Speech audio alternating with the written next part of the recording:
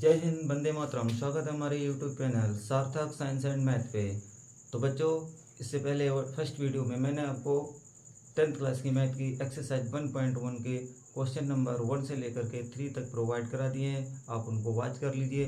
तो आज की वीडियो में कुछ खास होने वाला है और यहाँ से जो मैं प्रश्न कराऊँगा आज के, वो आपके 100% कह के चल रहा हूँ। यहाँ से कोई ना कोई एक आध क्वेश्चन आपका जरूर फंसेगा। तो बच्चों, वीडियो को बिल्कुल स्किप ना करते हुए आप वीडियो को शुरू से देख करके अंत तक जरूर देखें। आशा करता हूँ आपको बहुत अच्छे से समझ में आएगा। तो चलिए बच्चों, आज की वीडियो स्टार्ट करते हैं। तो जैसा कि बच्चों लिखा हुआ है कि प्रश्नावली 1.1 वास्तविक संख्याएं। तो आज हम प्रश्नावली 1.1 का आज की एनसीईआरटी का क्वेश्चन नंबर 4 सॉल्व करने वाले हैं। क्या बोल रहा है कि यूक्लिड विभाजन प्रमेयिका का प्रयोग करके दर्शाइए कि किसी धनात्मक पूर्णांक का वर्ग। देखिए, यही पॉइंट पकड़ने वाला होता है, किसी धनात्मक पूर्णांक का वर्ग किसी पूर्णांक m के लिए, है ना, किसके लिए, m के लिए, किस रूप में, 3m प्लस 1 के रूप का होता है या नहीं होता है। तो इसी को मुझे सिद्ध करना है। अगर ये आपने सिद्ध कर दिया तो समझ लो आपका आंसर आ जाएगा। तो चलिए, कहा है किसी धनात्मक पूर्णांक। अब क्या हमारे पास कोई धनात्मक पूर्णांक है बच्चों? ध्यान देने वाली बात यही होती है। यहाँ पे ऐसे सवाल कम से कम 3 से 4 सवाल आपको मिलेंगे, तो इनमें बहुत ध्यान से पकड़ना होता है कि किसी भी धनात्मक, है ना, किसी बोला गया है, कोई हमको धनात्मक पूर्णांक नहीं दिया गया है। तो आपको अपनी तरफ से कोई धनात्मक पूर्णांक मान लेना है और उसी धनात्मक पूर्णांक के बराबर आपको ये सिद्ध करके दिखाना है। बस यही इसमें सवाल है। काफ़ी बच्चों को ये सवाल समझ में नहीं आते हैं। और इसमें देखिए, कोई किसी धनात्मक पूर्णांक का वर्ग, बस इस चीज़ पे ध्यान देना है। जहाँ पूर्णांक पूछा गया वहाँ पूर्णांक का वर्ग भी आपको करना है। ठीक है, चलिए इसको सॉल्व करते हैं। तो देखिए, माना कोई धनात्मक पूर्णांक a है, तो 3m, 3m प्लस 1 को हम 3q, 3q प्लस 1 तथा 3q प्लस 2 के रूप में लिख सकते हैं। अब देखिए बच्चों, आपको इसमें संकेत भी दे रखा है, मैं वो भी पढ़ दे रहा हूँ। एनसीईआरटी बुक के अंदर आपको क्या लिख रहे हैं, लिखता है कि संकेत है, ये मान लीजिए कि x कोई धनात्मक पूर्णांक है, तो जरूरी नहीं है उसने संकेत दिया मैं x मानूं, मैं अपना a मान सकता हूँ, कोई दिक्कत नहीं है, नो प्रॉब्लम। ठीक है, आप कोई भी उसके अनुसार पूर्णांक मान सकते हैं। तो मान लीजिए कि x कोई धनात्मक पूर्णांक है, तब ये 3q प्लस 1 3q प्लस 2 के रूप में लिखा जा सकता है। और वही मैंने 3q प्लस 1 तथा 3q प्लस 2 के रूप में लिख सकते हैं, ये मैंने लिख दिया। तो चलिए, अब हम स्टार्ट कहाँ से करेंगे, यानी कि इनको तो हमने मान लिया, इसके लिए किसके रूप में मान लिया, 3q प्लस 1 और 3q प्लस 2 के रूप में। ठीक है, जो जिसका रूप हमने मान लिया, थोड़ी देर के लिए बस सॉल्व करने के लिए मान लिया, हल करने के लिए हमने 3q प्लस 1 3q प्लस 2 के रूप का माना है। तो मैं इसी को लेकर के सॉल्व करूंगा और ये आंसर हमें ला के दिखाना है। तो देखिए, मैंने धनात्मक पूर्णांक क्या माना, a, और ये a के बराबर है, ये जो a के बराबर है 3q प्लस 1। ठीक है, अब यहाँ जरा नजर डालो, यहाँ पे 3q 3m या फिर जो भी देखना है, यहाँ पे 3 है, यानी कि d की वैल्यू हमारे पास कितनी है, d की वैल्यू हमारे पास है 3, क्योंकि इसमें भी 3 आ रहा है, इसमें भी 3 आ रहा है, इसमें भी 3 आ रहा है। तो जो यहाँ पे 3 हो या 4 हो या 5 हो, वो हमेशा d रहता है। तो d की वैल्यू जब 3 है, ठीक है ना, तो d की वैल्यू जब 3 है, तो जब d बराबर 3, तो r बराबर कितने होंगे, 0, 1, 2, 3। अब कुछ बच्चे यही सोच रहे होंगे कि सर ये 1, 0, 1, 2, 3 ये कहाँ से आ जाता है। तो देखो, ये आता नहीं है कहीं से, ये देखना पड़ता है जो d की वैल्यू रहती है उससे हमेशा एक छोटा रखना पड़ता है। ये r शेषफल होता है और d जो होता है वो हमारा भाजक होता है। तो भाजक हमेशा शेषफल से छोटा होता है, तो इसलिए मुझे शेषफल के सारे मान क्या रखने हैं, छोटे रखने हैं, किसकी वैल्यू से, d की वैल्यू से। ठीक है, आई होप समझ में आ गया होगा। तो चलिए अब देखिए हमारे पास एल्गोरिथम क्या होती है या फिर जो यूक्लिड विभाजन क्या है, तो वो है ए बराबर b cube plus r. Okay, तो यहाँ इसी चीज से है ना सारे स्टेप बाय स्टेप चलेंगे और इसी से हम सॉल्व करते चलेंगे। तो इसको हम क्या कहते हैं, यूक्लिड विभाजन प्रमेय का कहते हैं।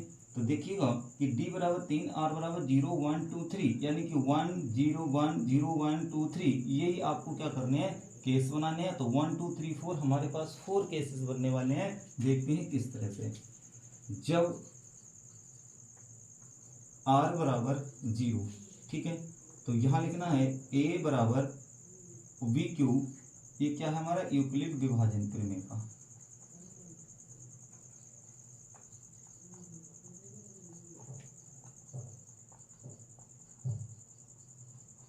प्रमेय से, ठीक है, हर बार मैं नहीं लिखूंगा ऐसे, एक बार आप समझ लीजिए। तो यहाँ पर आपका बी क्यू है और प्लस आर है। तो ए बराबर वी की जगह आपको क्या लाना है, 3 लाना है, ठीक, क्यू लाना है, प्लस आर बराबर क्या लिखेंगे 0, क्योंकि हमने पहली कंडीशन में लिया है आर बराबर 0, या यहाँ पे आप लिख सकते हो फर्स्ट सर, ठीक है। तो ए बराबर इसमें 3 क्यू में आप 0 जोड़ेंगे तो क्या आ जाएगा 3 क्यू आएगा, ठीक है। अब ये 3 क्यू आया। अब हमसे क्या कर रहा था, यानी इस जो पूर्णांक हमने माना, देखो किसी पूर्णांक का वर्ग, ठीक है, तो हम क्या करेंगे वर्ग करने पर यहाँ क्या लिख देंगे वर्ग करने पर। अब जैसे इसका वर्ग करेंगे तो इधर ए स्क्वायर मिलेगा आपको, इधर आपको 3 क्यू का स्क्वायर मिल जाएगा, ठीक है। अब जैसे आपको यहाँ 3 क्यू का स्क्वायर मिलता है, यहाँ क्या हो जाएगा देखिएगा, यहाँ क्या हो जाएगा 3 क्यू का स्क्वायर होगा। अब यहाँ से करेंगे तो ए स्क्वायर इज इक्वल टू 3 तिया 9 क्यू स्क्वायर, 3 तिया 9 यानी 9 क्यू स्क्वायर बन गया। अब हमको देखिए 9 क्यू की जगह पे मुझे 3m बनाना है, ठीक है ना। तो मैं इसको ऐसे लिख सकता हूँ ए स्क्वायर बराबर 3 गुणा 3 क्यू स्क्वायर, ठीक है, यानी कि 9 के फैक्टर होते हैं 3 इंटू 3, तो 3 तिया 9 हो जाएगा, 3 तिया 9 क्यू स्क्वायर हो जाएगा। अब जरा दिमाग लगाइए कि यहाँ पर मेरे पास देखो 3 आ रहा है बट m नहीं है, तो जिसके 3 है हमारे पास, ठीक है ना, ये 3 है, अगर इसकी जगह पे m आ जाए तो ए स्क्वायर यानी कि ये जो पूर्णांक का वर्ग है वो 3m के बराबर हो जाएगा, ठीक है। तो यहाँ पर हम क्या मान लेते हैं, माना 3q स्क्वायर बराबर m, तो जैसे ही ए स्क्वायर बराबर 3 और यहाँ देखिए ये 3q स्क्वायर है और 3q स्क्वायर बराबर हमने माना m, तो यहाँ पर क्या आ जाएगा आपका m, ठीक है। तो ये हमारा क्या हुआ, इसको हम समीकरण 1 नाम दे सकते हैं। तो ए स्क्वायर बराबर 3m हो गया, पहला तो ये सॉल्व हो चुका। अब देखिए सेकंड में, अब सेकंड शर्त में आ जाओ। सेकंड शर्त में जब r बराबर 1, ठीक है ना, 0 ले लिया अभी, अब r बराबर 1, जब r बराबर 1, ठीक है, तो a बराबर क्या हो जाएगा, फिर से देखो 3q और प्लस r की जगह क्या आ जाएगा 1, ठीक है। यानी इस फॉर्मूले को हम बार बार नहीं लिखेंगे, एक बार यहाँ लिख के दिखा दिया, सेम उसी तरीके से यहाँ लिखते रहना है। तो a बराबर 3q प्लस 1 नहीं आ रहा समझ में, चलो मैं लिखते रहूँ r, ठीक है। यहाँ पे होता है आपका बी क्यू, ठीक है ना, a बराबर बी क्यू प्लस आर। अब देखिए a बराबर बी की जगह पे क्या लाना है 3 है हमारा, तो 3 रखेंगे, क्यू की जगह क्यू हुआ, आर की जगह हमने कहा 1 लिखना है तो 1 लिख दिया। अब देखिए इसका क्या करेंगे वर्ग, तो यहाँ पे लिख सकते हो आप वर्ग करने पर। अब ऐसे जैसे इसका वर्ग करेंगे तो हो जाएगा ए स्क्वायर बराबर 3q प्लस 1 का स्क्वायर, ठीक है। और इसका बच्चों आप अच्छे से जानते हो, इसका सूत्र क्या होता है, इसका सूत्र बन गया a प्लस बी का होल स्क्वायर, पढ़ रखा है ना, क्या होता है A square plus 2ab plus B square, या कुछ बच्चे इसको b को पहले लिख देते हैं, यानी A square plus B square plus 2ab, वो भी सही है, ठीक है ना। अब यहाँ पे देखिए क्या बढ़ेगा, ए स्क्वायर बराबर a का, हमारा a की जगह क्या है 3q, b की जगह क्या 1, तो उसके a और b थे, तो a था उसने a स्क्वायर किया, b था उसने b स्क्वायर किया, प्लस में प्लस लगाया, 2ab है तो उसने a भी रखे। हमारे पास क्या है a की जगह 3q, तो हम क्या करेंगे 3q का स्क्वायर करेंगे, ठीक है। यहाँ पे हमारे पास क्या है +1, तो आप 2a भी है हमारा, तो 2a का मान क्या है 3a, b का मान क्या है 1 प्लस बी स्क्वायर का मतलब 1 का स्क्वायर, ठीक है ना। तो ये क्या हो गया ए स्क्वायर बराबर इसकी 2 बार मल्टीप्लाई, 3 तिया 9 क्यू स्क्वायर हो जाएगा, 9 क्यू स्क्वायर बन गया, 2 तिया 6 और 6a हो जाएगा, 6a की 1 से गुणा फिर से 6a रहेगा, 1 एकम 1, ठीक है ना।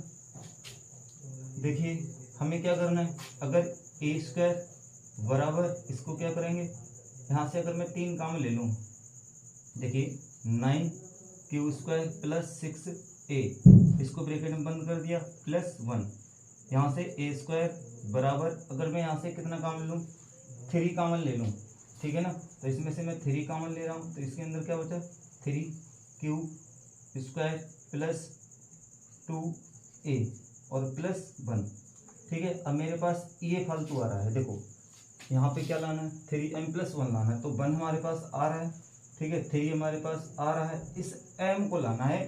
तो देखिए जहाँ पर भी ये जो फालतू चीज़ आ रही है इसके लिए हम क्या करेंगे, हम मान लेंगे, ठीक है। तो एक बार आप इसको स्क्रीनशॉट ले लें, चाहे फिर इसको एक बार कॉपी पे नोट डाउन करें पॉज करके, ठीक है।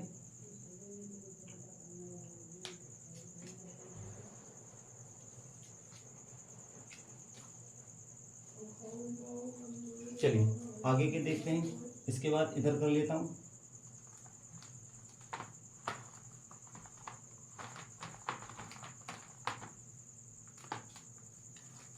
चलो देखते हैं, यानी कि ये हमारे पास क्या है, यहाँ लिख रहा हूँ, तो यहाँ लिखोगे माना, क्या मानोगे 3q स्क्वायर प्लस 2a बराबर m, ठीक है। तो जैसे ही इसमें रखोगे तो यहाँ हो जाएगा ए स्क्वायर बराबर, इसकी जगह पे क्या माना है, देखो इसकी पूरे की जगह पे, इसकी जगह पे हमने क्या माना है, हमने इसकी जगह माना है m, ठीक है ना, क्या माना है हमने m।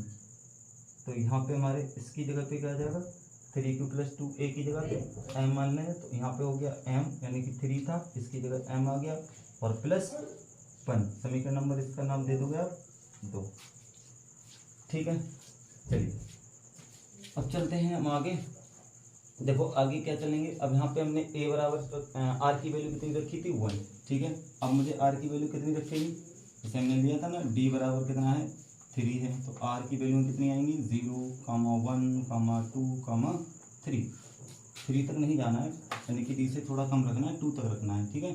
तो ये 2 रहेगा, अब हमने 1 रख दिया, तो यहाँ लिखोगे अब शर्त थर्ड, ठीक है। तो थर्ड शर्त यहाँ रख दी।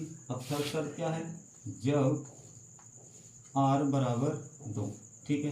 तो सूत्र क्या था हमारा, a बराबर dq प्लस r, a बराबर यहाँ पे क्या है 3q प्लस r की जगह कितना लगाना है अब 2, ठीक है। अब ये देखिए हमारे पास आया, तो यहाँ पे क्या करना है, मुझे वर्ग करना है, हर बार वर्ग करना है, ठीक है। वर्ग करने पर अब जैसे इसको वर्ग करेंगे तो यहाँ हो जाएगा आपका ए स्क्वायर बराबर 3q प्लस 2 का होल स्क्वायर, ठीक है।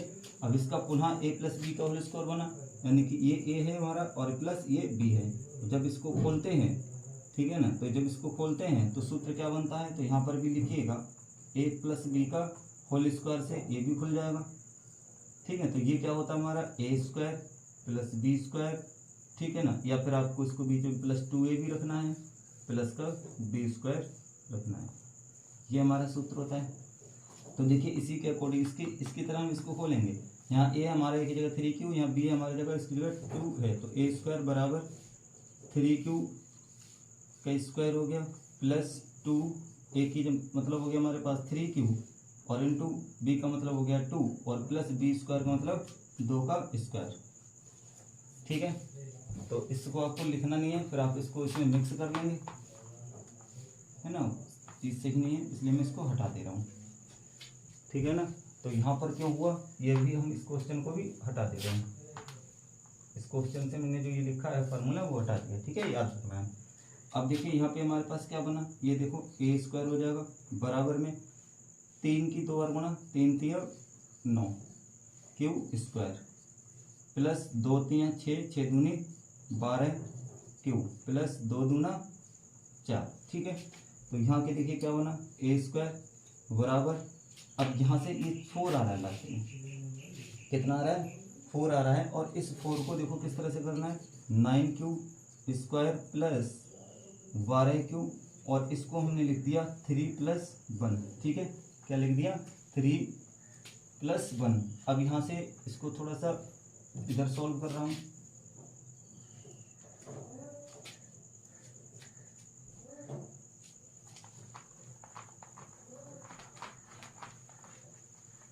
देखिएगा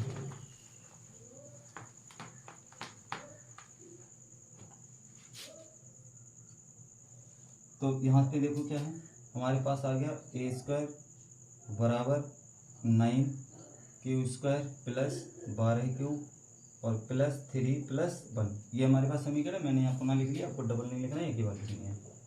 अब देखिए यहाँ से क्या बना, ए स्क्वायर बराबर, यहाँ से 3 कॉमन आ जाएगा, तो इसको हम पहले इस तरह से ब्रैकेट में लिख लेते हैं, 12 क्यू प्लस 3 और इसको ब्रैकेट के बाहर लिख दिया बस।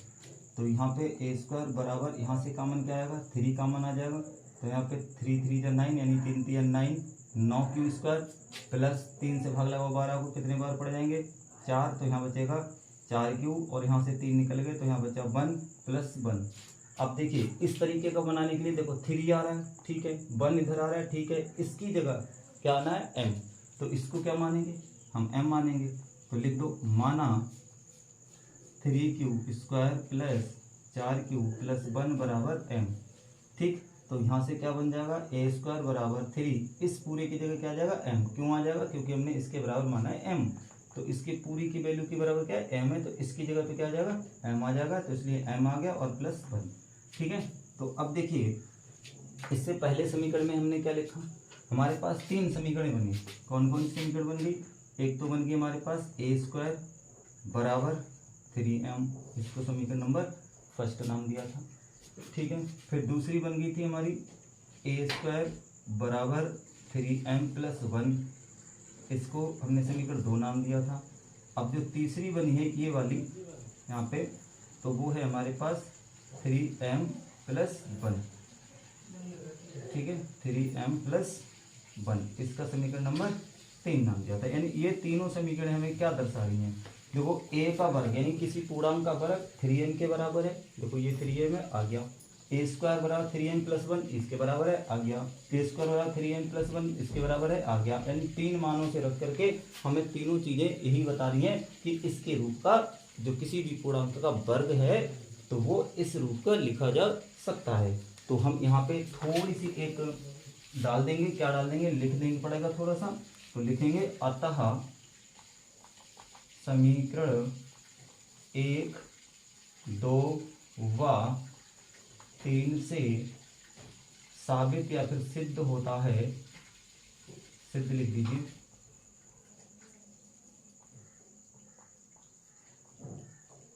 कि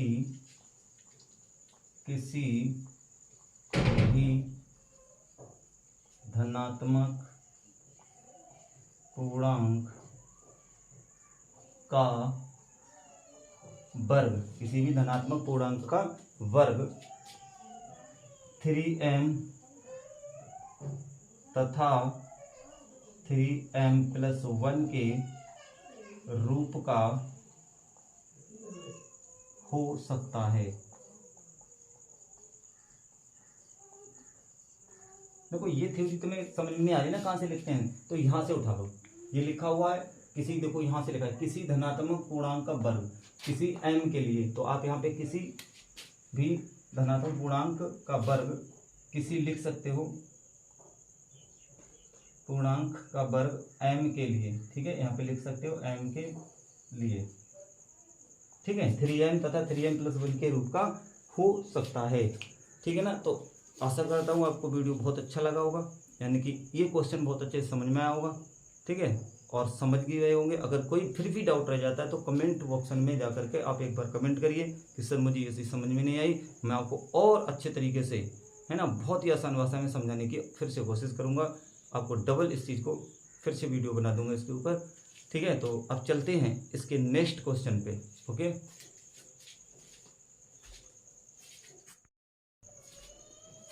तो देखते हैं अब अपने एनसीईआरटी का क्वेश्चन नंबर 5, जैसा कि 4th करा दिया, उसमें आपसे वर्ग पूछा था। तो इसमें आपको क्या करना है, आपको क्यूब करना है। क्वेश्चन सेम वही रहेगा, बस वहाँ पे आपका a+b का होल स्क्वायर वाला सूत्र याद होना चाहिए, यहाँ पे आपका a+b का होल क्यूब वाला फार्मूला याद होना चाहिए। क्वेश्चन आसानी से बनेगा। जिस तरीके से हमने वहाँ पे किसी पूर्णांक को माना था और इसको किसी के रूप में लिखा था, सेम उसी तरीके से यहाँ पर भी कोई पूर्णांक मानेंगे और इसको भी किसी न किसी के रूप में लिखते हैं। तो चलिए देखते हैं सॉल्यूशन इसका। माना, क्या लिखेंगे, माना यूक्लिड, पहले प्रश्न पढ़ते हैं। यूक्लिड विभाजन प्रमेय का प्रयोग करके दर्शाइए किसी धनात्मक पूर्णांक, सेम वही है जैसे उसमें पूछा था ना किसी धनात्मक पूर्णांक। तो मैं क्या लिख रहे हैं, माना कोई धनात्मक पूर्णांक ए है, क्या है, ए। तो अब ये जो लिखा ना 9m, 9m+1, 9m+8 को, देखो 9 का कोई फैक्टर होना चाहिए, है ना। तो 9 का फैक्टर 3 है, ठीक है, तो हम इसको 3 मानेंगे। अब सोच रहे होगे कि इतना क्यों मानेंगे, 3m, 3m+1। अच्छा, m की जगह पे मुझे मानना है ना, तो इसमें क्या लिख लेते हैं, यानी 3q लगा लेंगे। क्या लगा लेंगे, m की जगह पे 3q, जैसे हमने उसमें माना था ना, तो इसके बदले हम इसको लिख सकते हैं। तो 9m को हो गया 3q, 9m+1 की जगह हो जाएगा 3q+1, और 9m+8 की जगह हो जाएगा 9m+2, ठीक है। तो यहाँ फिर से लिख दे रहा हूँ 3q+1 और 3q+2। अब आपको एक क्वेश्चन में बड़ी समस्या आ रही होगी कि आप ये सोच रहे होंगे कि मैंने ये 9q+2 क्यों लिखा। यहाँ तक तो आपको समझ में आया, 1 आया समझ में, m आया समझ में, इसमें 2 कैसे आ गया। तो देखो 2 जो आया है, मैंने कहा कि यहाँ जो बड़ी संख्या होती है, ठीक है ना, तो उसको अगर सरल भाषा में सॉल्व करने के लिए हमें उसके एक फैक्टर की जरूरत होती है। अगर किसी आप फैक्टर को ढूंढ लेते हैं तो फैक्टर से भी हम क्वेश्चन को सॉल्व कर सकते हैं। जैसे 9 का फैक्टर 3 होगा, तो मैंने 9 ना लिख करके 3 लिख दिया, ठीक है, क्योंकि 3 हमें थोड़ा उसका टेबल पढ़ना, गुणा करना, है ना, इजी हो जाएगा, इसलिए मैं उसकी किसी न किसी एक फैक्टर के रूप में उसको सॉल्व करूंगा। तो 9m की जगह पे 3q लिखा है, 9m प्लस की जगह पे 3q+1 लिखा गया है और 3q+2 लिखा गया। जिस तरह से यहाँ 9 के फैक्टर है 3, ठीक है, इसी तरीके से 8 का फैक्टर सबसे छोटा जो फैक्टर है वो 2 है। तो मेरे हिसाब से समझ में आया, नहीं आया तो एक बार फिर से देखते हैं। 9m, 9m+1, 9m+8, ये आपके क्वेश्चन में दे रखा है। इसकी जगह पे 3q, 3q+1, 3q+2 लिख सकते हैं। अब आपको ये क्वेश्चन में दिक्कत हो रही है समझने में कि 9m की जगह पे 3q कैसे बन गया, क्योंकि इससे पहले वाले क्वेश्चन में तो ऐसा नहीं था, ठीक है। तो देखिए वहाँ पर हमें सरल करना आसान था, उसमें वर्ग पूछा था, तो वर्ग को 2 बार गुणा करने से हो जाता है, लेकिन यहाँ पे क्यूब पूछा गया। भाई क्यूब जब अगर करेंगे आप, तो क्यूब करने के लिए आपको बड़ा लंबा जाना पड़ेगा, गुणा भाग ज़्यादा बड़ी हो जाएगी, तो उसको सॉल्व करने में कठिनाई आएगी। तो मैं क्या करूँगा, 9m के लिए, यानी कि 9 का जो फैक्टर, एक देखो सबसे छोटा फैक्टर 9 का 3, क्योंकि 3 9 से कट जाता है। फैक्टर मतलब जो संख्या किसी दूसरे से कट जाए, जैसे 3 से 9 कट रहा है तो 3 फैक्टर हो गया, तो 3 यहाँ भी लिखा गया है ना। अब यहाँ 1, तो 1 का तो फैक्टर 1 ही होता है ना, तो 1 लिख सकते हैं। अब 8 का फैक्टर, अब सोचिए 8 का अगर आप क्यूब करेंगे तो 8 8 64 करेंगे, 64 का फिर 8 से गुणा करेंगे तो बहुत बड़ी संख्या बनेगी और वहाँ पर हमें आसानी से उसको सॉल्व करने में दिक्कत होगी। तो इसलिए मैं 8 का जो एक फैक्टर है सबसे छोटा 2, तो मैं उसको लेकर के सॉल्व करूंगा, ठीक है। आई होप अच्छे से समझ में आया, ठीक है। अब चलते हैं हम आगे। तो देखिए हमारे पास अब क्या है, 3q। अब इससे मतलब नहीं है, हमें इससे मतलब है 3q है हमारे पास, 3q+1 है, 3q+2 है। अब देखिए तो यहाँ पर तब d बराबर कितने हो गए, 3। जब d बराबर 3, तो बताइए जिस तरह से पहले में r की वैल्यू कितनी रहेगी, 0, 1, 2, बस 3 नहीं कर सकते क्योंकि d से r हमेशा छोटा होना चाहिए, ठीक है। देखिए तो शर्त, पहली शर्त, ठीक है ना, क्या लिखना है आपको, पहली शर्त लिखनी है। और शर्त फर्स्ट क्या है, जब r बराबर 0, तो जैसे ही r बराबर 0 लिखेंगे तो यूक्लिड विभाजन प्रमेय का क्या होती है, a बराबर dq+r। तो a बराबर d की जगह कितना लाना है 3 और q का q ऐसा ही रहेगा, r की जगह कितना लगाना है 0, तो a बराबर क्या बनेगा 3q। और इसका क्या करना है, देखिए इसने कहा था इसमें क्या बोला है, एक किलो धन प्रयोग करके ये दर्शाइए कि धनात्मक पूर्णांक का घन, क्या बोल रखा है बच्चे, घन। तो घन का मतलब होता है घात 3 लगानी पड़ेगी, ठीक है। तो यहाँ लिख सकते हैं हम घन करने पर, घन करने पर। अब जरा इसका घन करिए, ए क्यू। अब ये मत सोच रहे एक तरफ घन होता है, घन बराबर में जो संख्या रहती है एक दूसरे के दोनों तरफ का घन करना होता है। 3q का भी क्या करना है आपको, घन। तो यहाँ पर भी हमने घन कर दिया। तो इसका मतलब क्या हुआ, ए क्यू बराबर 3q का मतलब 3 यानी कि 3q। 3q का मतलब क्या होता है, 3q का मतलब होता है 3 गुणा 3 गुणा 3 यानी 3 तिया 9, 9 तिया 27। तो यहाँ पे क्या हो जाएगा 27 क्यू की घात 3, ठीक है। तो अब ऐसा मत करना कि 9 गुणा 3 कर दिया या 3 गुणा 3 तिया 9 हो गया, नहीं, 3 गुणा 3 गुणा 3 यानी 3 की ही गुणा 3 से 3 बार होनी है। तो 3 तिया 9 और 9 तिया 27, ठीक है। चलिए अब हमें क्या करना है, देखो यहाँ 27 है, कंफ्यूज होती है क्या करें सर, तो देखो कुछ नहीं करना, हमें यहाँ पे 9 लाना है, ठीक है। तो 9 का मतलब हो गया कि इसको तोड़ देते हैं 3 गुणा 9 में। बोलो बात कुछ समझ में आई, यानी कि मुझे क्या बनाना था, 9 बनाना था यहाँ पे, किसमें बनाना था 9। तो यहाँ पे देखो 9 आ रही है, चाहे इसको ऐसे पलट दो, 9 पहले कर लीजिए और गुणा 3 बाद में कर लीजिए, कोई दिक्कत, क्योंकि 9 3 27 होता है और 27 यहाँ पे देखो 9 लाना है मुझे, तो 27 यहाँ पे है, 9 3 27 हो गया। अब मैंने 9 गुणा 3 क्यों किया, यहाँ देख करके तोड़ना पड़ता है, यानी मुझे यहाँ पे 9 बनाने हैं, तो मेरे 9 ये आ रहे हैं। बाद बाकी ये चीज हमारी गलत आ रही है ना, ये चीज हमारी गलत है। तो इसको हटाने के लिए क्या करेंगे, इसकी जगह मान लेंगे, है ना। तो यहां लिखते हैं माना, किसको मानेंगे, 3q की घात 3 बराबर m स्मॉल m, ठीक है। तो हमारे पास क्या नया मिला, aq बराबर 9m, समीकरण नंबर 1, ठीक है। चलिए शर्त दूसरी, तो सेकंड शर्त आ गई। सेकंड शर्त देखिए क्या बोलती है, सेकंड शर्त में जब r बराबर 1, ठीक है, सूत्र क्या है, a बराबर dq प्लस r, a बराबर d की जगह कितना आना है हमारा, देखो d की जगह क्या लगाना है मुझे, d की जगह भाई ये देखो 3q है, तो हमारा 3q आएगा, यानी d की जगह पे 3 आएगा, q का q वैसे रहेगा, तो 3q प्लस r की जगह पे 1 लगाना है। अब क्या करना है, इसका भी घन कर देना है, तो घन करने पर, ठीक है, घन करने पर, चलो घन कर देते हैं।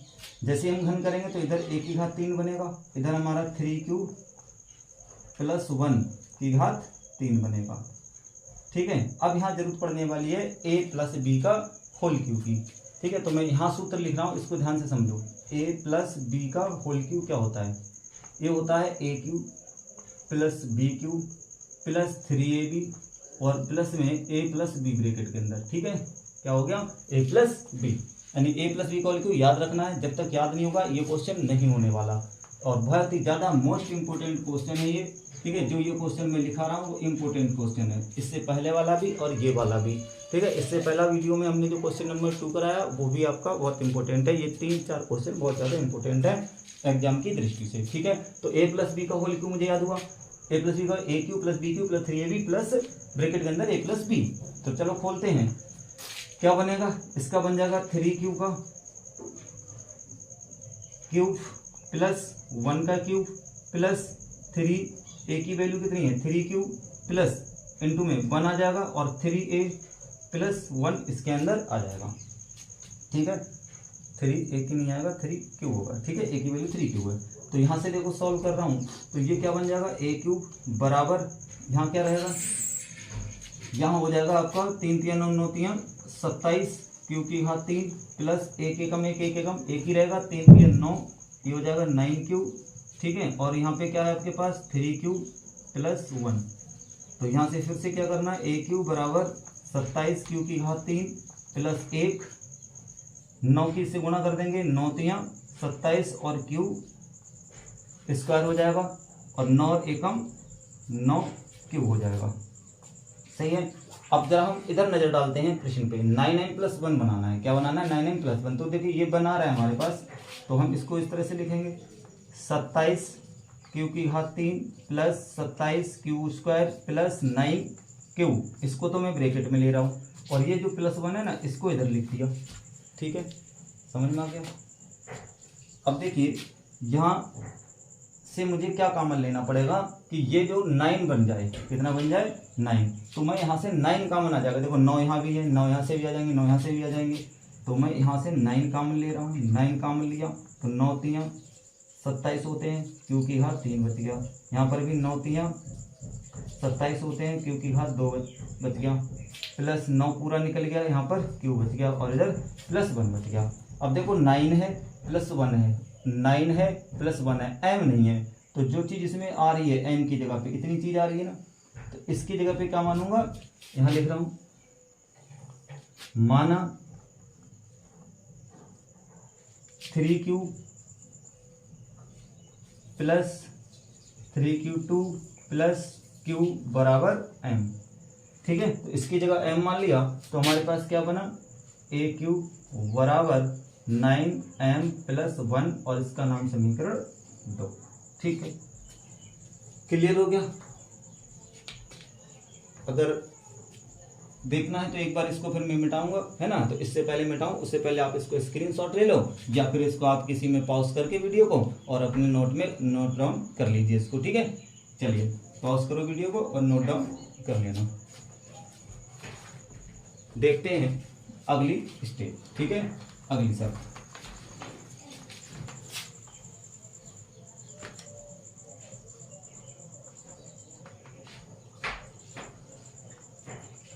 देखो थर्ड शर्त क्या हमारी, थर्ड शर्त है कि जब r बराबर 2, ठीक है, तो r बराबर 2 होगा तो a बराबर dq + r, a बराबर 3q + r की जगह कितना आ जाएगा 3, क्या कर देंगे, वर्ग कर देंगे। ठीक है, नहीं घन करना है ना, ठीक है घन करना है, तो घन करने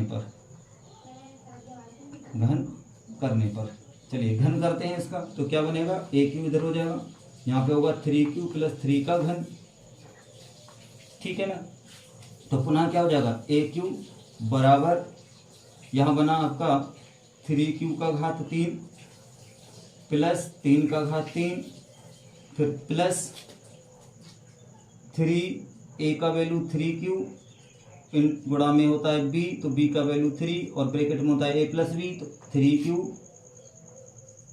+ 3, AQ बराबर 3 तिया 9 9 तिया 27, q की घात 3, 3 तिया 9 9 तिया 27,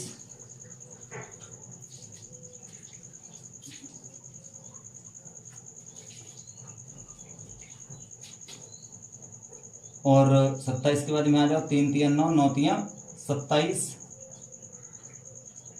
इसके संग q था तो q लग जाएगा, 3q + 3 हो जाएगा, फिर AQ बराबर 27 q की घात 3 + 27, और यहाँ देखो 27 तिया कितना हो जाएगा, 3 सत्ते 21, 3 दूनी 6, 6 और 2 8, 21 यानी 81, q की गुणा करने से q² और यहाँ प्लस, फिर प्लस 27 तिया 3 सत्ते 21, 3 दूनी 6 और 2 8, यहाँ इतना हो गया। ठीक है, अब AQ बराबर देखिए मुझे क्या बनाना है, मुझे बनाना है 9m + 8। ठीक है, क्या बनाना है, 9 8,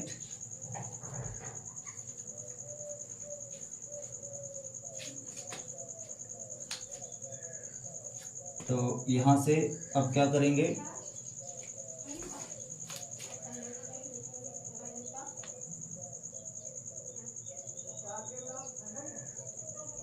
थोड़ी सी गलती हो गई यहाँ पर। ठीक है, यहाँ पे आपको 2 रखना है। ठीक है, मैं इसको पुनः करा दे रहा हूँ।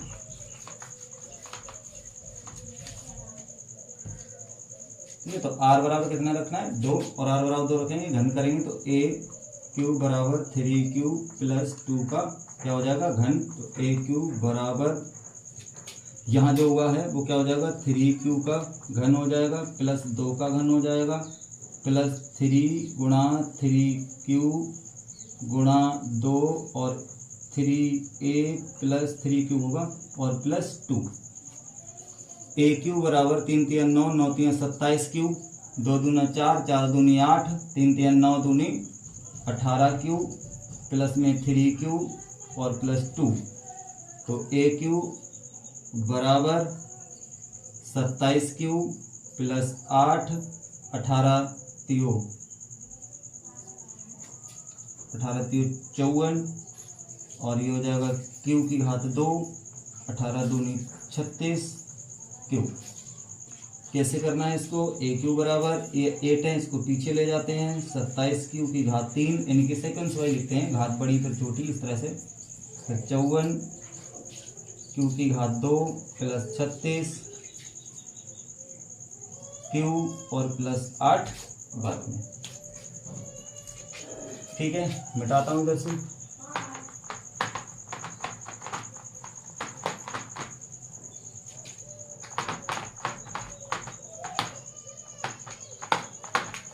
देखो क्या हो गया, यहां से आ गया हमारे पास ए क्यू बराबर, अब देखिए यहाँ इसको ब्रैकेट में बंद कर लिया।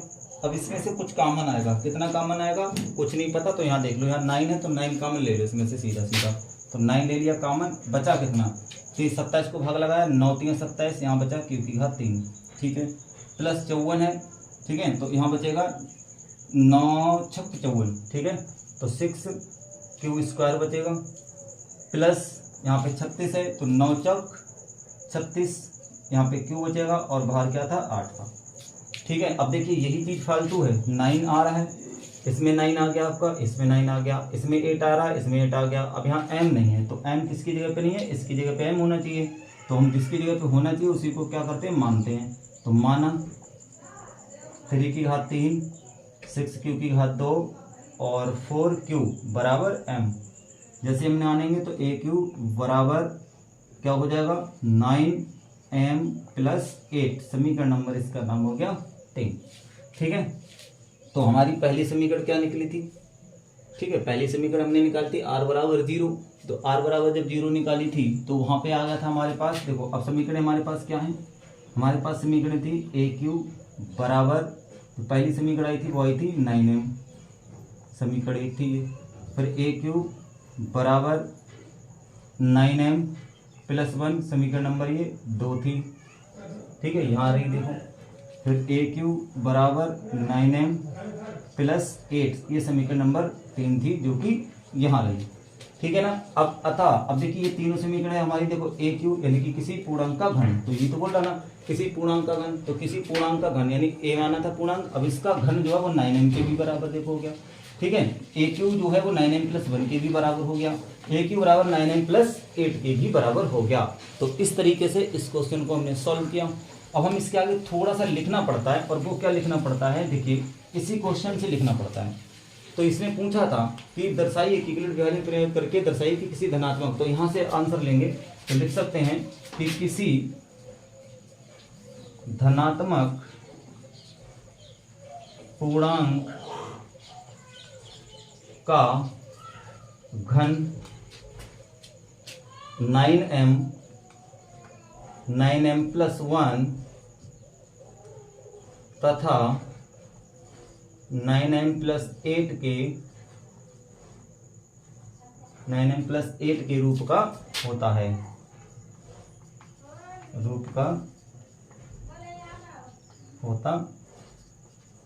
बस ये थ्योरी अपने क्वेश्चन से ही लिखनी होती है।